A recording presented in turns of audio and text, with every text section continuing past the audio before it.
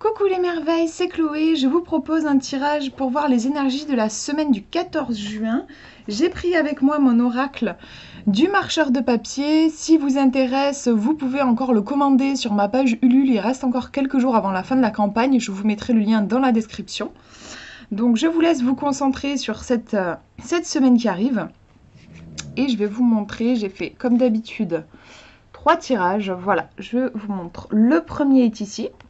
Le deuxième tirage au milieu et le troisième, il est là. Donc je vous laisse choisir celui qui vous attire le plus quand vous pensez à la semaine qui arrive et on va regarder ensemble ce que le marcheur de papier a envie de nous conseiller. Donc si vous avez choisi le premier tirage, on a le créateur. Donc on voit qu'il y a de la vie dans le ventre du marcheur et qu'il y a plein de potentialités, plein de choses qui sont possibles en partant de cette graine de vie. Donc sûrement une semaine sympa pour matérialiser ses idées dans la matière. On va regarder le livre. Créer, c'est vivre 2 fois. Créativité, expérimentation, invention, naissance. Notre marcheur de papier prend conscience qu'il a le pouvoir de créer. Il voit le monde comme une immense toile blanche et la colore au gré de ses pensées. Il ne voit plus les choses comme elles sont, mais comme elles pourraient être. Donc oui, il y a cette capacité vraiment à incarner dans la matière nos pensées, nos idées. On va regarder la deuxième carte, je ne vais pas vous en dire plus parce que la deuxième carte peut un petit peu changer la donne. On a l'ombre amie ici. Alors je vous avais fait une vidéo pour vous parler de cette carte et de sa copine, sa sœur, sa carte sœur qui s'appelle le monstre. En fait, ce sont des cartes qui parlent de la peur, mais l'ombre amie va parler d'une peur qui est en fait là pour nous protéger. Donc je vais vous lire ce qu'on nous dit dans le livret. C'est la numéro 32. Alors, il existe une peur qui émerge de la conscience et qui découle de l'instinct de conservation. Elle doit exister. Et puis, il y a la peur qui paralyse et qui fait perdre les dixièmes de seconde. Celle-là doit disparaître. C'est Alain Prost qui a dit ça. Peur fondée, instinct, changer de direction. Une ombre effrayante se dresse devant notre marcheur de papier alors qu'il s'apprête à entrer dans une forêt. Elle le menace de l'avaler tout cru s'il fait un pas de plus. Que doit faire notre ami? Lutter ou reculer?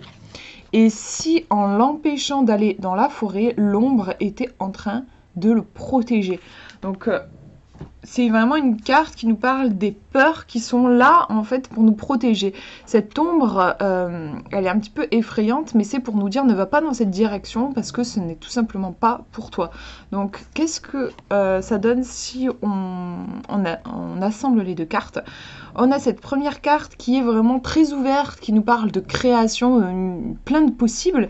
Et puis, on a l'ombre amie qui vient un peu... En fait, celle-là, elle ouvre et celle-ci, elle ferme, je trouve.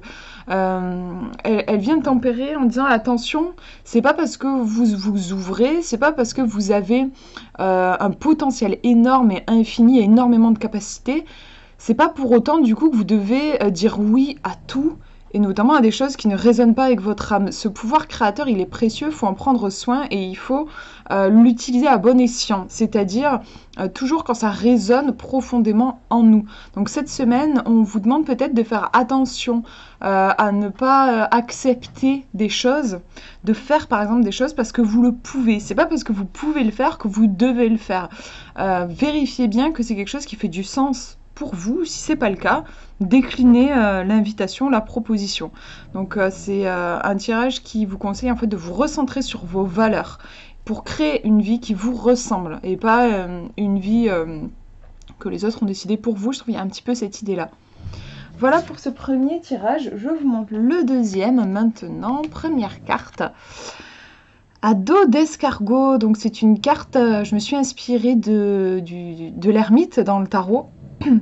On voit le personnage qui est sous terre et puis il tient une lanterne. Donc forcément, on a l'idée d'aller doucement, de ne pas se brusquer. En même temps, bon, le personnage, il avance à son rythme, mais il avance.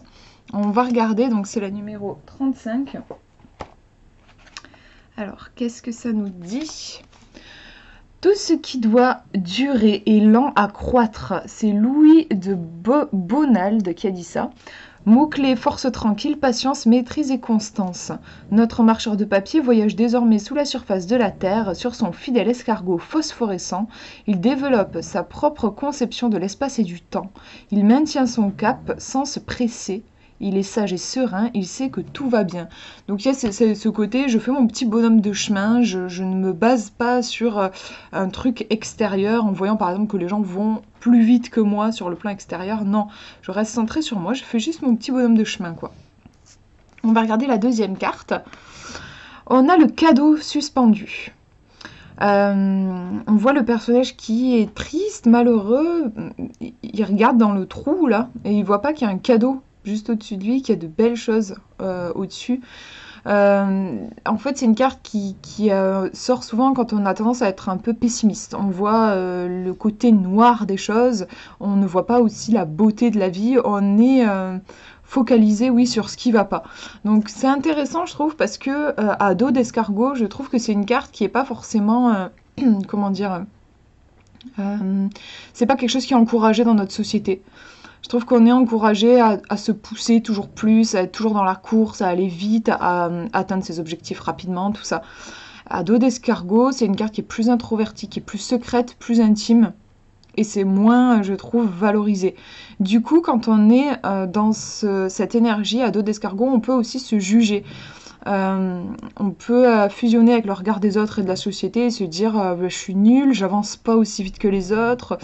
Oui, je fais du surplace, l'impression de faire du surplace, parce qu'en fait, on n'en fait jamais vraiment. Du moment qu'on est vivant, on continue d'évoluer.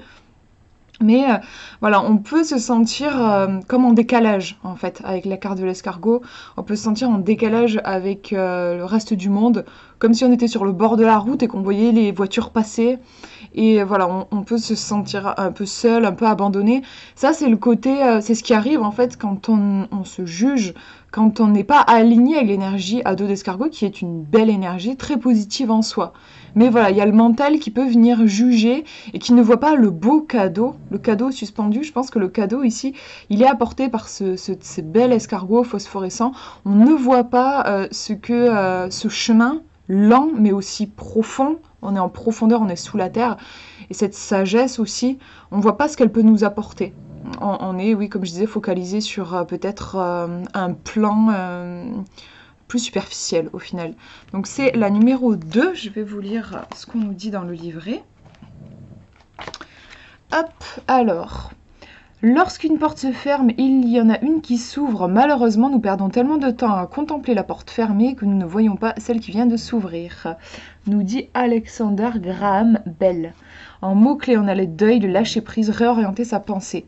Notre marcheur de papier a le cœur en miettes, il vient de faire tomber son bâton magique dans une crevasse, il pleure sa perte et n'arrive pas à s'en remettre. Comment va-t-il pouvoir continuer sa marche sans son appui? Et si c'était un mauvais présage? Donc là, c'est l'angoisse qui commence à parler.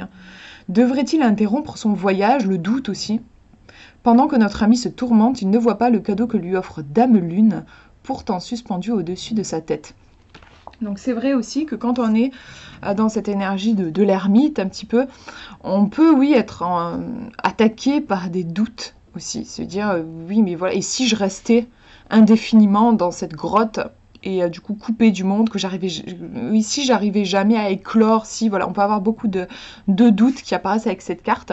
Donc pour moi cette semaine en fait c'est probablement une semaine où on est invité à ralentir le rythme et en même temps il y a des jugements qui pourraient apparaître, pas mal de doutes. Au final il y a une énergie assez d'introspection parce qu'on est à l'intérieur de soi ici et puis en même temps à l'intérieur de soi on va rencontrer des ombres, des inquiétudes, des peurs. Donc il pourrait y avoir pas mal de sensibilité qui remontent à la surface. Et je pense que c'est un tirage qui vous demande d'accueillir tout ça sans fusionner avec les angoisses, en ayant conscience qu'il y a un beau cadeau, qu'il y a une beauté dans ce que vous vivez. Et que de toute façon, le travail que vous menez actuellement finira par porter ses fruits. Avoir confiance aussi en ça. Voilà pour ce deuxième tirage. Je vous montre le numéro 3. Première carte, on a la carte de la résistance. Donc on voit bien un personnage qui est en train d'essayer de maintenir la voûte céleste. Donc forcément ce n'est qu'un petit personnage de papier. qui s'est investi d'une mission quand même assez colossale et sûrement peut-être un peu trop pour lui. On va regarder, donc c'est la numéro 25 dans le livret. Le changement n'est jamais douloureux, seule la résistance au changement l'est. C'est Bouddha qui a dit ça. En mots-clés, on a la tension, la résistance et la pression. Notre marcheur de papier sent que ses forces sont en train de l'abandonner et pour cause, il tient la voûte céleste à la seule force de ses bras maigrelés. Il est persuadé que s'il lâche, le monde sera plongé dans le néant. Ah oui, vraiment ? Donc oui, c'est une carte qui peut ressortir aussi quand on se met trop de poids sur nos épaules. Faire attention, oui, d'éviter la surcharge avec cette carte. On va regarder la deuxième carte. Alors ici, on a l'apprenti. C'est une carte qui fait référence à la connaissance, en fait, au fait d'apprendre de nouvelles choses. C'est aussi une carte qui va inciter à la curiosité. L'apprentissage, c'est aussi quelque chose qui se fait sur le long terme. Par exemple, c'est aussi une carte qui peut sortir quand on entreprend une formation. Quand on se forme à quelque chose, quand on étudie quelque chose, ça ne se fait pas en un seul jour. Il y a quelque chose qui a besoin d'être assimilé. Donc on va regarder ce qu'on nous dit dans le livret, c'est la numéro 23. La curiosité est indispensable, elle diminue la peur de la mort. Isabelle Chenebolt. Curiosité, esprit, apprentissage, connaissance et formation.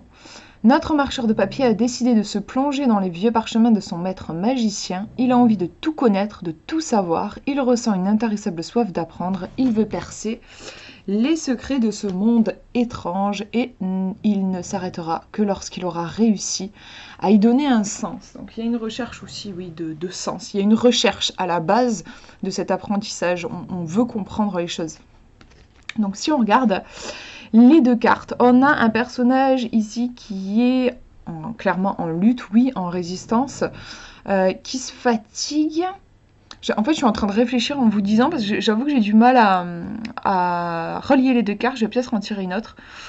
Il se fatigue et puis il va se plonger finalement dans ses parchemins. Je sais pas, en fait, on va regarder, je vais tirer une autre carte, mais je trouve que le point commun entre les deux, c'est qu'il y a quand même une activité peut-être un petit peu mentale qui est assez importante. La résistance, ici, je pense que si le personnage maintient comme ça cette voûte céleste au-dessus de lui, c'est parce qu'il est persuadé, donc on est bien au niveau de l'esprit, que s'il faisait pas ça, le monde s'effondrerait. Il y a un manque peut-être de foi, en fait, de confiance. Il y a un personnage qui est assez tendu et stressé. Ici, on a un personnage qui est en train d'essayer d'étudier, de comprendre. En fait, on est encore dans la réflexion. C'est pas des cartes dans le lâcher prise, je trouve. On va regarder. Je vais demander un conseil. Voilà, je vais chercher mes cartes. Donc, je brasse mes petites cartes. On va demander un conseil, une carte. J'aime bien qu'il fasse le pont entre les deux. C'est ce que je fais souvent quand j'ai du mal à relier deux cartes. On va regarder par rapport à cette résistance et cet apprenti. Hop. Oui, donc c'est bien ce que je pensais. Vous voyez, on a la tête pleine. Donc on a une activité mentale qui est en surcharge là, avec ces cartes. Donc faites attention, après c'est normal, on a une tête, donc on a des pensées. Je suis pas en train de vous dire qu'il faut barrer la route aux pensées, au mental et tout ça. C'est hyper important de vivre avec, c'est ce qui nous constitue. Donc c'est vouloir s'en couper, ça serait se rejeter soi-même. Mais attention en fait, parce que ça peut être fatigant. Là, moi mon ressenti, oui, avec les cartes qu'on a eues juste avant, c'est que ça peut consommer beaucoup d'énergie en fait. L'activité mentale, surtout si elle n'est pas suivie d'une activité physique concrète.